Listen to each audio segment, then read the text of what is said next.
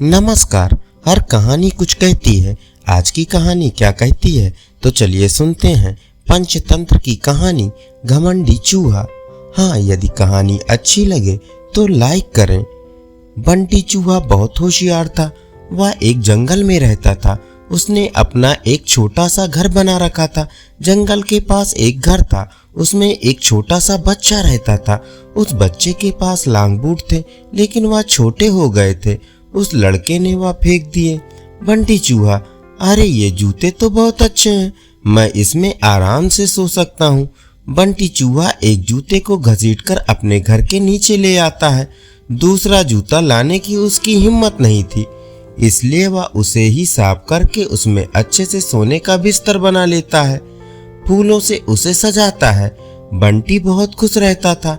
जंगल के और जानवर उसे देखने आते थे। जानवर जब उसको देखते तो बंटी चूहा बहुत नखरे में अपने जूते पर बैठ जाता था। एक दिन नटखट कबूतर बंटी से मिलने आया। नटखट कबूतर, बंटी भाई, बहुत सुंदर घर सजाया है और इस जूते ने तो 4 चांद लगा रखे हैं। बंटी चूहा, सुन भाई, नजर मत लगा, मैंने बहुत मुश्किल से इसे सजाया है। तुम जैसों की नजर लगी तो यह खराब हो जाएगा। नटखट कबूतर, भाई मैं तो बधाई देने आया था, लेकिन लगता है तुम्हारा घमंड तो 7वें आसमान पर है। बंटी चूहा, मुझे किसी की बधाई की जरूरत नहीं है। मैं जानता हूँ तुम सब मुझसे जलते हो, क्योंकि तुम बाहर सर्दी झेलते हो और मैं इस जूते में घुसकर आराम से सो जाता हूँ। नटखट कबूतर बिना कुछ कहे उड़कर वापस चला जाता है। अब बंटी चूहा सारे दिन घूमकर खाना खाता और रात को अपने जूते में आकर सो जाता था। धीरे धीरे जंगल के सभी जानवरों से उसने बात करना बंद कर दिया था। अब उसका कोई दोस्त नहीं था। धीरे धीरे समय बीतने लगा। एक दिन रात के समय जंगल में तेज बारिश होने लगी। इस सब से बेखबर बंटी चूहा अपने जूते में आराम से सो रहा था। उसे बाहर के मौसम का पता ही नहीं लगा। बारिश का पानी बढ़ने लगा। जूते के तल में एक सुराख था, जिससे पानी जूते में भरने लगा। कुछ ही देर में बहुत सारा पानी जूते में भर गया। तभी बंटी चूहे की नींद खुली, लेकिन तब तक बहुत देर हो चुकी थी। पानी बढ़ता ही जा रहा था। उसे लगा कि वह अब मर जाएगा। बंटी चूहा जोर जोर से चिल्लाने लगा, लेकिन बारिश की आवाज में किसी ने उसकी आवाज नहीं सुनी।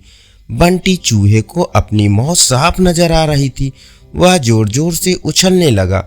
उछलते उछलते वह जूते से बाहर निकलना चाह रहा था, लेकिन जूता इतना लंबा था कि वह बाहर निकल ही नहीं पा रहा था। इधर दूर एक घोंसले में नटखट कबूतर अपने बच्चों के साथ बैठा था। नटखट कबूतर, बच्चों, लगता है किसी के चिल्लाने की आवाज आ रही है, कोई मुसीबत में है। उसने बाहर निकल कर देखा कि आवाज उस जूते में से आ रही थी। वह तुरंत समझ गया कि बंटी चूहा जूते में फंस गया है। नटखट कबूतर बिना देर किए किसी तरह उड़कर वहां पहुंच गया। वह जूते के ऊपर बैठ गया। उसने देखा बंटी चूहा डूब रहा था। बंटी चूहा, कबूतर भाई, मुझे बचा लो, नहीं तो मैं मर जाऊंगा। नटखट कबूतर, क्यों, तुम्हें तो इस जूते के सिवा किसी की जरूरत नहीं थी। बंटी चूहा, भैया बचा लो, मैं घमंड में आ गया था। यह सुनकर नटखट कबूतर उसे अपनी चोंच से पकड़कर खींचने लगा, लेकिन बंटी चूहे का वजन ज्यादा था। नटखट कबूतर उसका वजन उठा नहीं पा रहा था। नटखट कबूतर, भाई रुको, मैं अभी बाकी जानवरों को बुला कर लाता हूँ। नटखट कबूतर जंगल में जाता है, लेकिन सभी जानवर बंटी चूहे की मदद के लिए मना कर देते हैं। तभी रास्ते में उसे कालू कौवा मिलता है। वह उसके साथ आ जाता है। दोनों मिलकर बंटी चूहे की एक एक टांग चोंच में दबाकर उड़ जाते हैं और उसे ऊपर बने घर में रख देते हैं।